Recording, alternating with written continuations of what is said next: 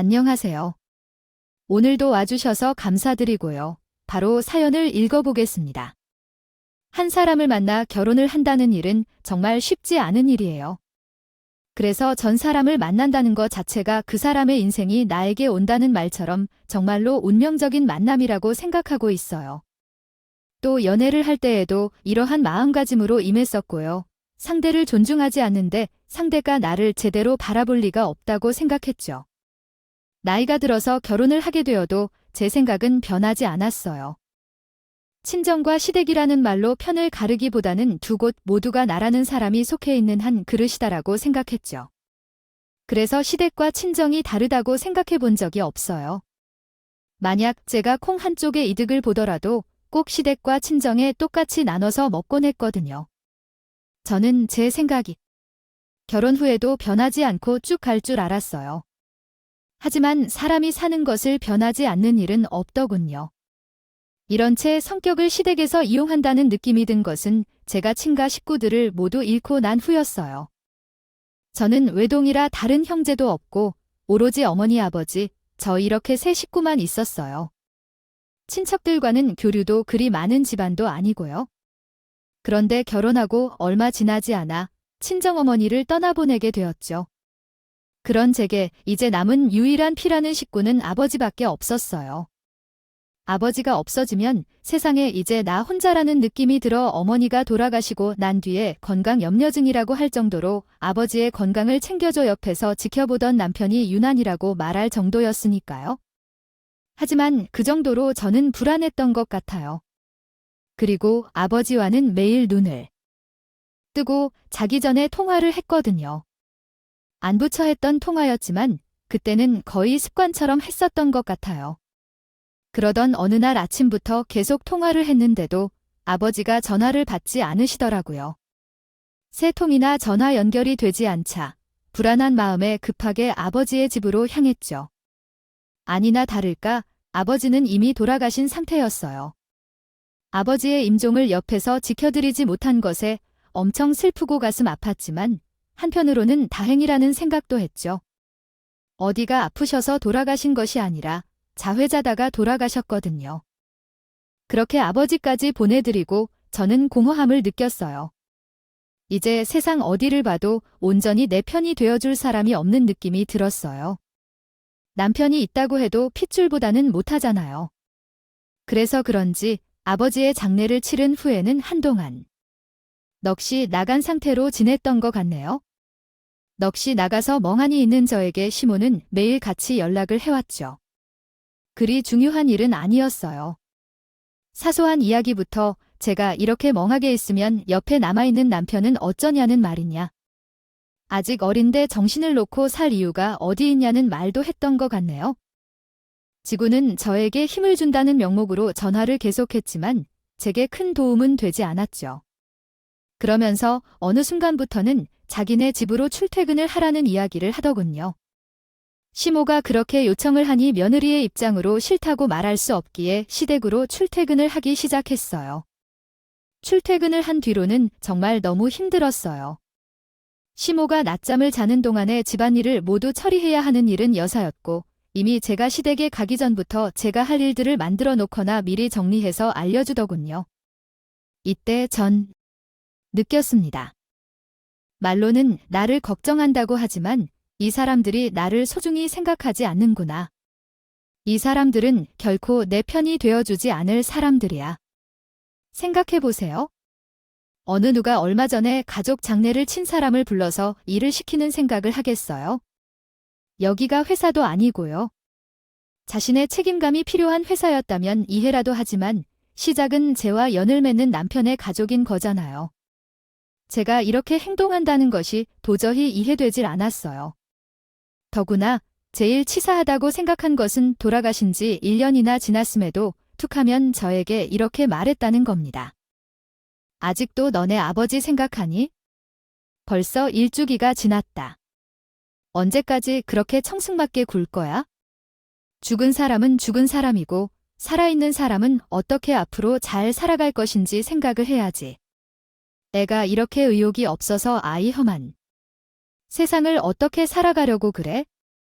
이제 아버지 일은 가련한 사람인 척은 그만하고, 정신 차려라. 게다가 어느 날은 이런 말을 하면서 저에게 걸레까지 툭 던져주는 날도 있었죠. 그때마다 자기가 하는 모든 일이 절 위한 일이라며 변명을 해댔는데 정말 듣기 싫었어요. 그렇게 우울하게 있는다고 뭐가 해결이 되든? 우울할수록 몸을 더 움직여야 된다. 그래서 내가 너 오기 전에 이불 꺼내놨다. 이불은 세탁기로 빨면 때가 제대로 지지 않으니까 발로 꾹꾹 밟아서 해야 해. 너 우울하다고 그렇게 집에서 가만히 앉아서만 지내면 사람이 더 지친다. 그러니까 이렇게라도 우리 집에 와서 집안일 좀 하고 그래? 그리고 너한테 왜 아무도 없니? 지금 내 앞에 있는 나나네 옆에서 너랑 같이 지내는 내 남편은 안 보이니? 결혼해서 생긴 시댁이 어찌 남이라고 할 수 있어. 그러니까 이렇게 몸이라도 움직이면서 정신 차려. 시모는 이런 변명을 하며 매일같이 저를 집으로 불러서 집안일을 시켰죠. 정말 참을 수 없었어요. 그나마 다행이라고 생각했던 것은 우리가 시댁에서 독립해 있던 사실이었죠.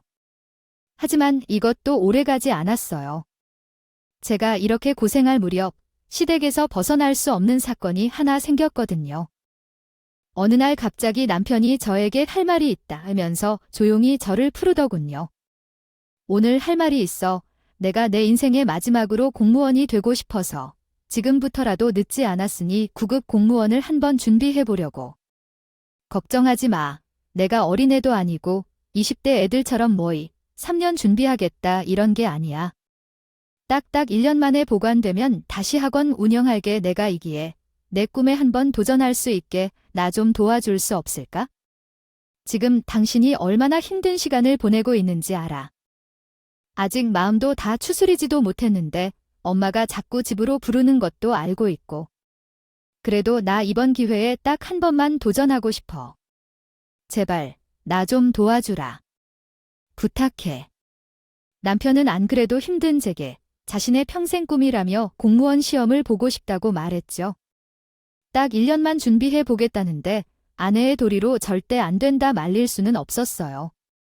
사실 남편은 본인이 대표이자 직원인 속기 학원을 운영하고 있었거든요. 그런데 요즘에 다 아시잖아요.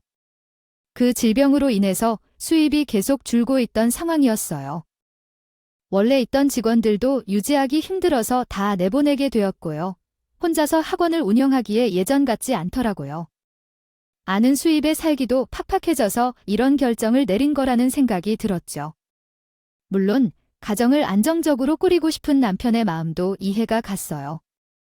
그런 남편의 절실함을 알고 있기에 저는 남편을 도저히 말릴 수가 없었습니다. 그렇게 남편은 모아둔 돈으로 공무원 학원에 다녔어요. 남편이 공무원 준비를 하는 1년은 정말 이제껏 힘든 것은 저리 가라 할 정도였죠. 주변에서 자식들이 공무원 준비한다고 뒷바라지는 부모님들이 정말 대단해 보일 정도였어요. 남편은 돈을 아낀다며 집에서 매일같이 도시락을 싸달라는 요구를 하기도 했고, 시모는 그런 남편을 잘 돌보라며 매일같이 찾아와서 잔소리를 하기도 했죠. 그런데 더 문제는 남편의 뒷바라지를 하는 도중에도 시댁의 집안일까지 제가 담당해야 한다는 거였어요. 집에도 일이 산더미 같은데 시댁까지 가서 일을 하니요. 몸이 버텨내질 못하더군요. 덕분에 고마운 일은 하나 있었네요.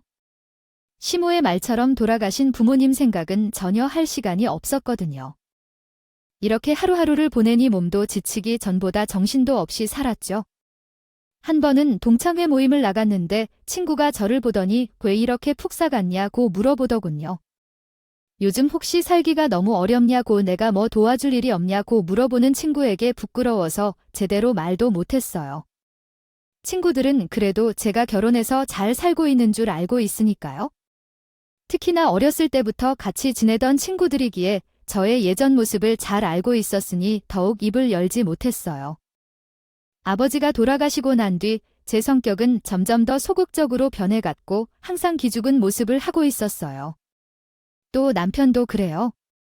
자기가 시험 준비를 한다고 집에 들어오면 두 군데의 마침표와 쉼표가 삽입되어 있습니다. 뒤도 안 돌아보고 들어가서 자기 바빴으니까요. 전 그렇게 남편이 공무원 시험을 준비한다는 1년이어서 지나가기만 해 바라고 살았죠.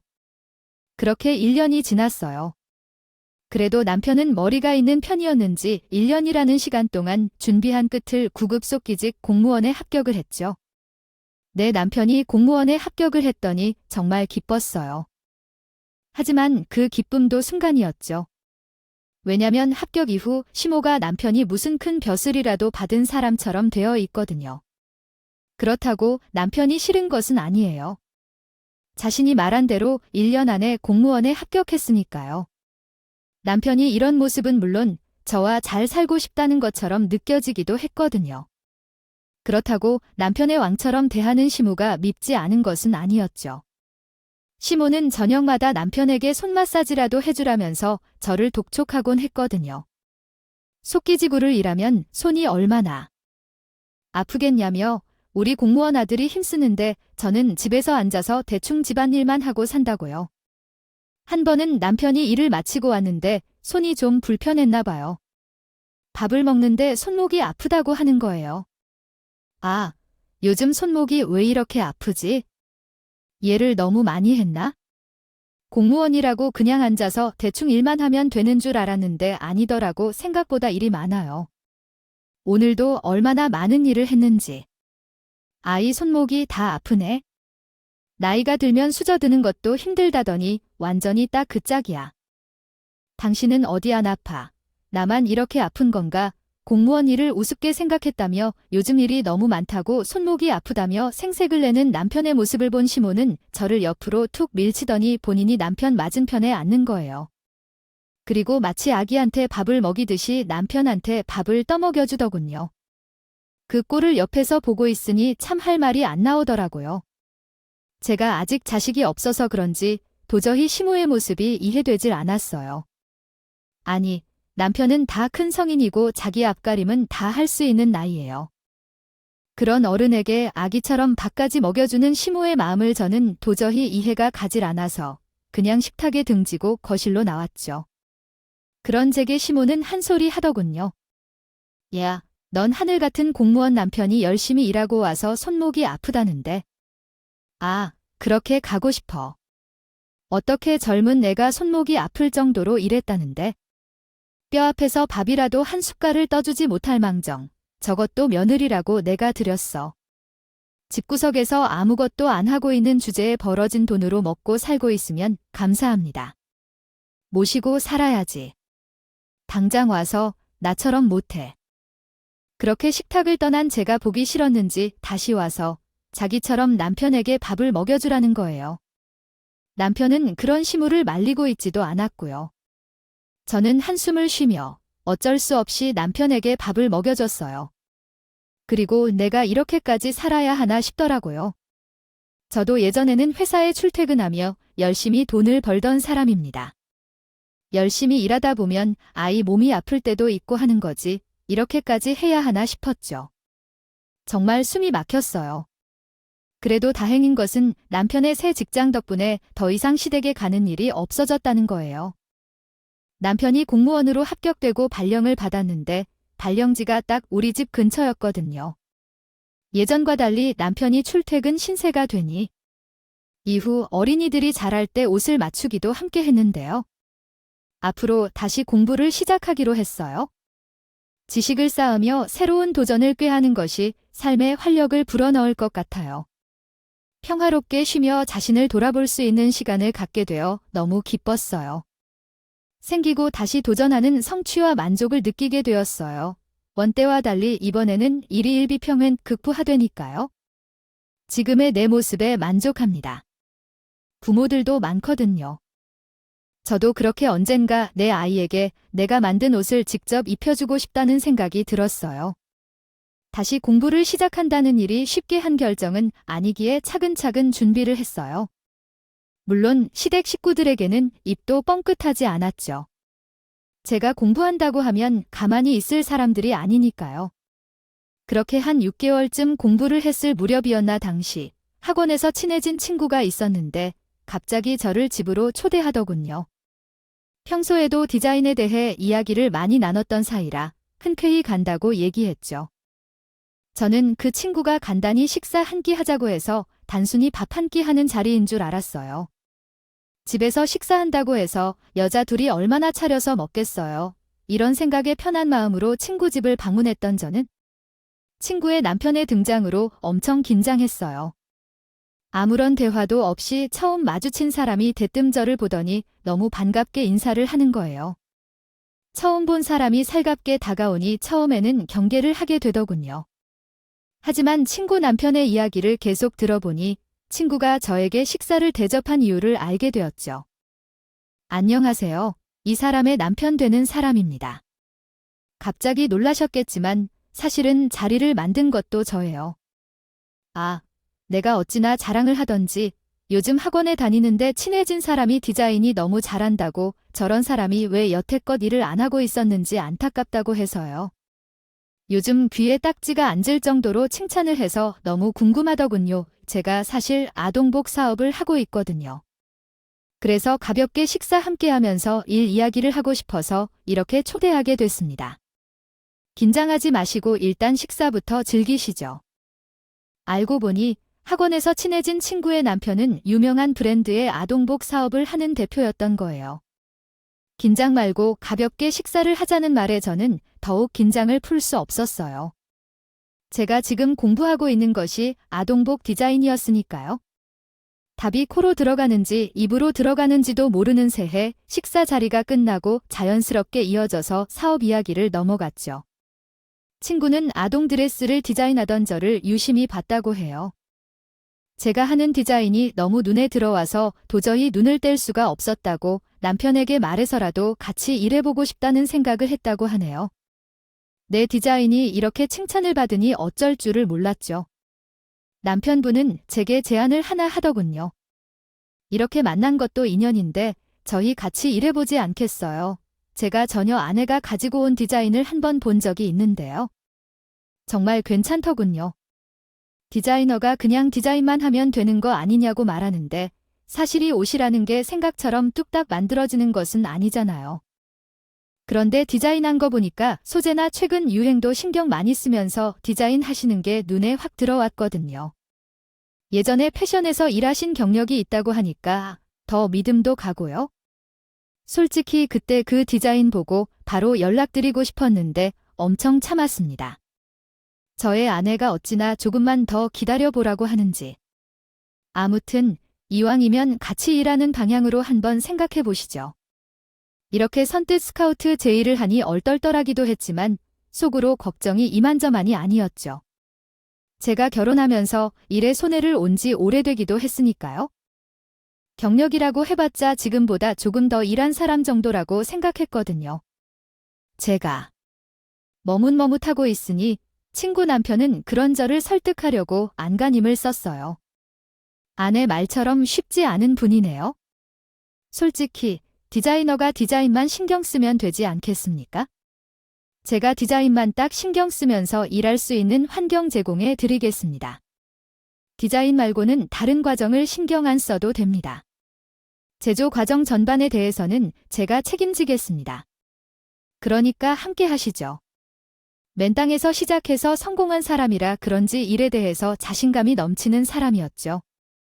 그런 남편에게 힘을 실어주려는 듯 친구도 입을 열었어요. 그래, 나중에 자기가 만든 옷이 딸이 입는다고 생각해봐. 물론 아드님이 귀여운 턱시도를 입을 수도 있고 나도 자기 마음 알지? 나도 딸만 둘이잖아. 엄마로서 자식에게 예쁜 옷 입혀주는 재미가 얼마나 큰데. 그래서 나도 이렇게 학원 다니고 있잖아. 그러니까 우리 애기 진지하게 생각해줘. 우리도 이거 쉽게 이야기하는 거 아니다. 내가 자기 실력 보고 어렵게 결정해서 제의하는 거야? 그러니까 긍정적으로 생각해줘요. 친구의 말을 솔깃했죠. 저도 패션을 다시 공부하기 시작한 건 내 아이에게 내가 만든 옷을 입혀주고 싶어서니까요. 조금만 더 고민해 보겠다는 말을 하고서 얼마 뒤 친구에게 스카우트 제의 고맙다고 긍정적인 답변을 했죠. 집에서 진지하게 고민을 해도 친구 남편이지 않은 정말 달콤했거든요. 이제 나이가 들어서 회사에 쉽게 들어가기도 쉽지 않은데 제 디자인 하나만으로 이렇게 좋은 자리를 내어준다는 건 포기할 수 없는 이야기였죠. 한동안은 행복함에 젖어서 살고 있었어요. 하지만 행복 뒤에는 불행이 찾아온다고 했던가요? 얼마 안 가서 겨우 갖게 된 행복도 위기가 찾아오게 되었죠.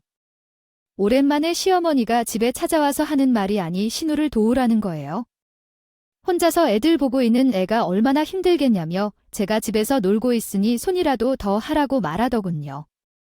구태여 저와 비교까지 하면서요. 시내는 공무원 남편이 없이도 혼자서 애도 보고 살림도 하는데 저는 집구석에서 혼자 놀고 있다고요. 이제는 시모의 말이 지긋지긋했죠. 말끝마다 남편이 공무원이라서라는 말을 했으니까요. 제가 이 자리에서 당장 하기 싫다고 말하면 또 싫은 소리만 할 게 뻔해서 그냥 알겠다고 했습니다. 시모가 다녀온 다음 날 시모의 말대로 신우의 집으로 갔어요. 그런데 도착한 신우의 집은 빈집만 덩그러니 있던 거예요. 그런데 집은 아주 쑥대밭이 되어 있어서 혹시 도둑이라도 들었나 싶을 정도였죠. 온갖 오물에 쓰레기부터 설거지, 이불까지 다 나와 있는 거예요. 이게 무슨 일인가 싶어서 멍하니 서 있던데 시모에게 전화가 왔어요. 예, 도착했니? 넌 도대체 어떻게 도착했니? 아니, 천하도 없네. 예절을 어디 배운 건지 원하야? 너는 집에서 찡찡거리면서 혼자 우울하게 앉아 있어도 나은 편이야. 척척 공무원이 돼서 집을 잘 돌보고 있잖아. 대단한 뒷바라지도 없이 9급 공무원을 남편으로 얻었으면 우리 가족에게 감사해야 하지 않겠어? 너희 부모님은 돌아가시면서 최선을 물려주기로 했니? 아니 대단한 걸 물려주기로 했니? 세상에는 공짜는 없는 법이다. 지금 나온 편이랑 잘 살고 싶지? 집에서 당장 내쫓기 싫으면 내가 시키는 대로 고분고분하게네, 신호. 집 청소, 빨래 다 해놓고 우리 집에 가서도 다 정리해놓아. 아, 내가 오늘의 힘들까 봐 얼마 안 만들어두고 나왔으니까 알아들어. 시무의 말에 기가 막혀서 말도 않고 있었어요. 나왔죠. 아이 세상에 어떤 시모가 자기 며느리를 식모처럼 부린다니까. 솔직히 저는요. 신우 집에 가기 전에는 신우가 안쓰럽다고 생각했어요. 저도 주변에 친구들이 애 낳고 얼마나 힘들었는지 다 봤으니까요. 애벌레가 가장 힘들다고 말하던 친구들의 말이 떠올라 같은 여자로서 좀 도와줘야지 싶어서 왔거든요. 그런데 이렇게 말하는 시무 옆에서 신우는 시모와 같이 깔깔대고 웃고 있었죠. 이전까지 자기 집 청소하는데 부르는 것까지는 저도 어떻게든 참았습니다. 그래도 집안 어른인데 혼자서 하기 힘드니까 부르셨겠지 생각하면서 할 수 있었거든요. 이제는 하다못해 다 큰 신우의 집까지 청소하라는 말에 더 이상 이렇게 뒀다가는 사돈의 팔촌까지 나보고 돌보라고 하겠다 싶었어요. 그래서 전화를 끊으려던 시모에게 소리쳤어요. 끊지 마세요, 어머님. 제가 그래도 시댁이라는 생각에 가족이니까 서로 돕고 살 수 있다는 생각에 어머님 집 청소하고 우리 집도 돌봤어요. 그런데 이건 아니지 않나요? 제가 왜 시너지까지 청소매, 빨래며 해야 해요? 시내는 애만 보는 사람인가요? 손이 없어요. 발이 없어요. 자기 손으로 알아서 청소하라고 그러세요. 그리고 그 놈의 공무원 소리 좀 그만하세요. 9급 공무원이라고 해봤자 월급 얼마나 된다고 공무원의 말끝마다 붙이세요. 부끄럽지도 않으세요? 솔직히 제가 결혼 전에 벌었던 돈보다 남편이 하고 나면서 벌던 돈보다 훨씬 안 되는 돈이에요. 알기는 하세요. 저 이렇게는 같이 못 삽니다. 아니, 안 살아요. 그 놈의 잘난 공무원 남편, 그냥 데려가세요. 저도 필요 없습니다.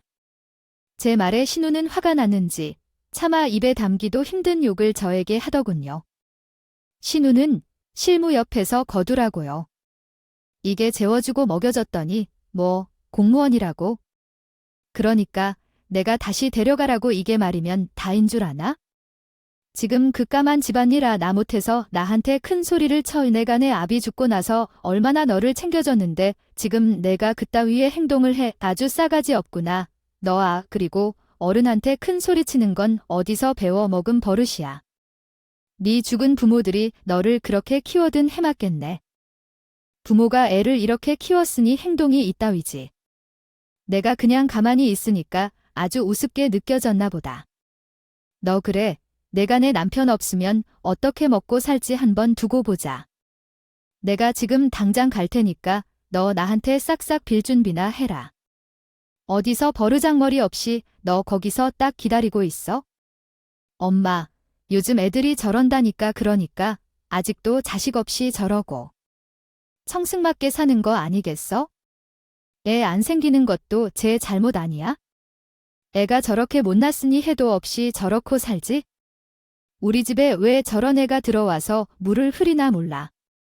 당장 찾아온다는 시모의 말에 전 하나도 겁나지 않았어요. 신우의 집에 온 시모에게도 저는 당당하게 나가겠다고 소리치며 제 앞을 막던 시모도 밀치고 그대로 집을 나갔죠.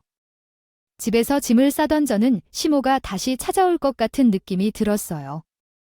전 더 이상 스트레스를 받고 싶지 않았죠.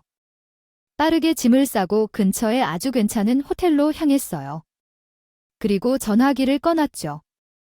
물론 일에는 지장이 가지 않도록 다 처리는 해두고요. 그렇게 이틀이 지났을 무렵 저는 더 이상 일이 지체되면 안 된다 싶어 전화기를 켰어요. 역시나 사람 성격은 달라지지 않는다고 시모에게 전화가 무섭게 와 있더군요. 더불어 소식을 듣고 있던 남편에게도 잔뜩 연락이 와 있었죠. 부재중 전화와 문자에도 겁내지 않고 남편과 시모에게 회사 주소를 보내줬어요. 그리고 더 할 말이 있으면 여기서 이야기하자고 덧붙였죠.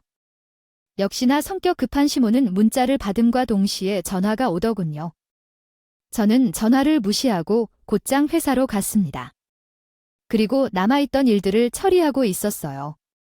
일을 하고 있는데 직원이 저에게 전화를 하더군요. 지금 어떤 사람이 찾아와서 난동을 부리고 있다고요? 전화 너머로 시모가 소리치는 말이 들려줘. 아, 여기 내 며느리가 있다고요. 아, 왜 사람 말을 안 믿어? 여기 직원 교육을 대체 어떻게 한 거야? 자, 여기 보이세요. 우리 며느리가 자기한테 할 말 있으면 여기를 찾으라고 주어졌다고. 당장 우리 며느리 불러와. 가정도 있는 여자가 외박하자면서 아주 당당해야. 이거 사람들 여기 들어보세요.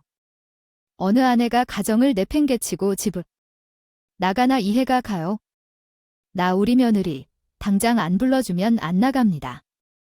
나 여기서 한 발짝도 못 움직여 아야 나가. 시모는 엊그제 제 행동에 어찌나 보내던지 회사 프론트 한가운데서 난리를 피우고 있던 거예요. 더 이상 이렇게 두면 사람들이 저를 어떻게 생각하겠나 싶어서 직원에게 그 둘을 데려오라고 이야기했죠. 제가 사람을 보내서 자기들을 데려오자 어안이 벙벙한지 시묵은 남편이고 멍한 표정으로 오더군요. 심오한 남편을 부른 장소가 바로 제 개인 사무실인 이사실이 없으니 지금까지 말하지 않았으면 당연히 놀랄만 하겠죠. 아무튼 그렇게 1층에 있던 사람을 불러오고 저는 시모 남편과 함께 이 사실을 향했어요. 그렇게 문을 연 순간 정면에 보이는 것은 다름 아닌 내 이름으로 된 명패였죠. 책상에 떡하니 자리 잡고 있는 명패를 보는 남편과 시모의 눈에는 놀람이 가득하더군요. 심지어 시모는 발까지 헛디뎠는지 쓰러질 뻔했고요. 도대체 이게 대체 너에게 어떻게 된 일인지 당장 나한테 설명해. 저기 왜 내 이름이 있어? 정말 내가 여기 있는 사람 말이야? 이렇게 성공했으면서 왜 내 남편이나 나한테 한마디도 없었던 거냐? 내가 그러고도 가족이야? 어떻게 가족을 속일 생각을 해? 그러면서도 하는 말은 저를 비난하는 말이었죠. 전 그대로 책상으로 향해 위에 있던 서류 봉투 하나를 남편 앞으로 건넸어요. 남편은 이게 뭔가 싶어서 열어보더니 표정이 굳었죠. 그런 남편을 보고 시모도 궁금했는지 남편 손에서 소리를 가져가서 읽어보고는 저를 다시 쳐다보더군요. 보고 계신 거 잘 이해하신 듯하네요. 맞아요. 이혼 서류예요. 저 더 이상 이렇게 절 무시하는 가족과는 함께 살 수 없어요. 제가 잘 나가니까 이제 좀 탐이 나세요? 제가 버는 돈이 그렇게 탐이 나시나 보죠. 왜 제가 얼마 전에 남편 월급이 쥐꼬리라고 하니까 공무원이 대단한 거라면서 그렇게 똥똥 소리칠 때는 언제고요? 제가 잘 되고 있으니까 이제 와서 가족이라는 말이 나오네요. 지금 상황이 아주 우습죠. 어머니, 어머니한테 나 대단하신 공무원이지. 저한테는 아무것도 아니에요. 공무원 월급, 제가 버는 돈에 비해서는 세 발의 피고요. 제가 참아주면서 살고 있으면 감사합니다. 말하시는 못할 망정 뭐라고요? 집안 살림이나 잘하라고요. 저 이제 아쉬운 건 없거든요. 남편하고 이혼하겠습니다. 이 말을 하는 제가 하루아침에 일어난 일이라 저도 어니 벙벙했지만 이때까지 공부하고 쌓아온 제 실력으로 읽어낸 결과라 너무나 뿌듯했죠. 그리고 더 이상 시댁이 잡혀서 살지 않아도 된다는 생각도 들었고요. 남편과는 아무런 문제가 없었지만 시무가 저에게 하는 행동을 그대로 보고만 있던 남편도 사실 동조하고 있다고 생각하기도 했고 전 직함을 받은 직후에 바로 변호사에게 찾아가서 이혼 소송을 준비했어요. 이혼 서류도 그때 작성하게 되었고요. 이런 제 성공이 시모를 자극할 줄은 알고 있었어요. 원래 사람이 눈이 보이도록 욕심이 많았으니까요. 전 이혼해서라도 시모의 콧대를 꺾어주고 싶었죠. 결과는 제 승리로 끝났고요. 이혼 서류를 보던 남편은 시모에게 되려 큰 소리치기 시작했거든요. 아, 엄마가 지금 어떻게 했길래? 내가 이래 엄마 때문에 내가 이혼해야겠어? 당장 내 아내한테 사과해. 그러게 왜 사람을 함부로 괴롭혀서 아들이 이혼하게 만들어? 나 이혼남 되면 엄마가 책임질 거예요. 아니면 당장 무릎을 꿇어서라도 사과시란 말이에요. 시모는 남편의 외침에 급히 듣던 중. 이혼 서류를 본인 등 뒤로 숨기더니 고개를 숙이더군요. 그러고는 입에 발린 사과를 했죠. 아, 내가 정신이 나갔었나 보다. 내가 왜 그랬는지 참. 내가 어릴 때 못 배우고 커서 그런가 봐. 무식한 것도 죄라더니 내가 딱 그 짝이네. 미안하다. 내가 이렇게 싹싹 빌 테니 우리 아들이랑 이유는 다시 생각해줘. 진심이 담기지 않은 말에 전시모에게 그간 당했던 걸 그대로 돌려줬어요. 왜 공무원 아들에다 이사 며느리까지 얻게 되었으니까 정말 감사하죠. 그런데 어쩌죠? 제가 당신 아들하고는 더는 못 살겠는데. 아, 한 가지 제안 하나 해도 될까요? 제가 생각한 건데 말이에요. 아들 이웃남만 되고 싶지 않거든. 내일부터 당장 우리 집에 와서 청소부터 시작하세요. 왜 저번에 저보고 모험을 움직여야 건강해진다면서요? 어머님도 요즘 힘들자고 찡찡거리시던데 몸 좀 움직여야지 더 건강해지지 않겠어요? 그리고 제가 이렇게 밖에서 열심히 돈을 벌면 뭐라도 오가는 게 있어야죠. 안 그래요? 맨입으로 제가 벌어주는 돈 받아 먹으려고요? 어림도 없죠? 제 말이 무슨 뜻인지 다 알아들으셨죠? 시모는 몸을 부들부들 떨면서 분노했지만 제 말에 잘겠다 죄에는 대답하지 못했죠. 당연한 일이라고 생각해요. 이제는 제가 집안의 기둥이자 돈을 벌어다주는 가장이나 다름이 없으니까요. 사실 말이 좋아서 공무원이지 진짜 월급은 아르바이트하는 학생보다 못 받거든요. 그렇다고 남편이 7급 공무원이 될 수 있는 머리를 가지고 있는 것도 아니고요. 이날 이후로는 시모가 우리 집에 와서 청소며 빨래를 해주고 있어요. 물론 저는 시모처럼 일을 일부러 만들거나 하지는 않아요. 요즘은 회사 일이 너무 많아서 집에 손에 못 대고 있기도 하지만요. 최근에는 시모가 떠받든 사람이 한 사람 더 늘었어요. 바로 그렇게 고대하던 아이가 생겼거든요. 제 신경은 전보다 날카로워졌지만 그렇다고 누구처럼 일부러 치사하게 시모를 구박하지 않아요. 오히려 시모가 제 눈치를 보면서 청소 다 했는데 가도 되니 해도 되니 검사를 받고 살고요. 아이가 생긴 후로는 청소 같은 거는 다 본인 시키라면서 가사도우미 노릇을 자주 하고 있기도 하네요. 아무래도 일과 임신이 함께하니 힘이 많이 들었거든요. 그런 제 모습에 남편도 시모가 제게 해코지라도 하지 않을까 곤두서 있고요. 요즘은 정말 살맛이 나요. 집에서 누구의 눈치도 보지 않고 편하게 있을 수도 있어요. 있고 남편과도 전보다는 더 동등한 위치에서 이야기하고 지내고 있고요. 저는 제 스스로의 능력으로 공무원 남편만큼 내 능력도 충분히 좋다는 걸 시댁에 입증하게 되었고 그 결과도 물론 만족스러워요. 사실은 그간 남편이 공무원에 합격하고 어깨가 하늘까지 솟아 있었거든요. 더군다나 그런 남편을 옆에서 오기야 금이야 하면서 돌봤던 시모의 행동에 더 오만하게 행하지만 지금은 그 어깨가 조금 아니 많이 내려간 듯 보여요. 예전보다는 자신이 있던 행동에 대해서 반성하는 시간도 늘었고 예전에는 저를 잘 챙겨주지 못했다면서 생전 안 하던 선물 공세나 집안일을 하는 행동도 해요. 사실 돈이라는 게 있다가도 없는 그런 건데 이렇게 사람의 행동이 달라지니 좀 억울하기도 했어요. 제가 결혼할 때도 그렇게 적은 금액을 들고 왔다고 생각하진 않았거든요. 친정 식구도 못 사는 편은 아니었고요. 돌아가신 부모님은 노후가 탄탄하신 상태였지만 일찍 돌아가셨을 뿐이고요. 그래서 그건 힘들게 살면서도 한편으로는 부모님이 제게 남기신 유산이 있어서 그렇게까지 걱정하지는 않았어요. 요즘은 이런 사실을 시댁에 말을 했더라면 제가 겪은 일들을 겪지 않아도 되었을까 생각하기도 해요. 하지만 그렇다고 시모가 제기했던 행동이 사라지는 것은 아니니 앞으로도 지켜보면서 살 예정입니다. 지금은 완전히 제 쪽으로 대세가 기울어서 이 기회를 잘 잡아보려고 합니다. 제 이야기 들어주신 모든 분들 감사드리고요. 새해 복 많이 받으시길 바랍니다. 지금까지 커피앤톡이었습니다. 오늘도 끝까지 함께 해주셔서 감사하고요. 다음 영상으로 또 찾아뵙겠습니다.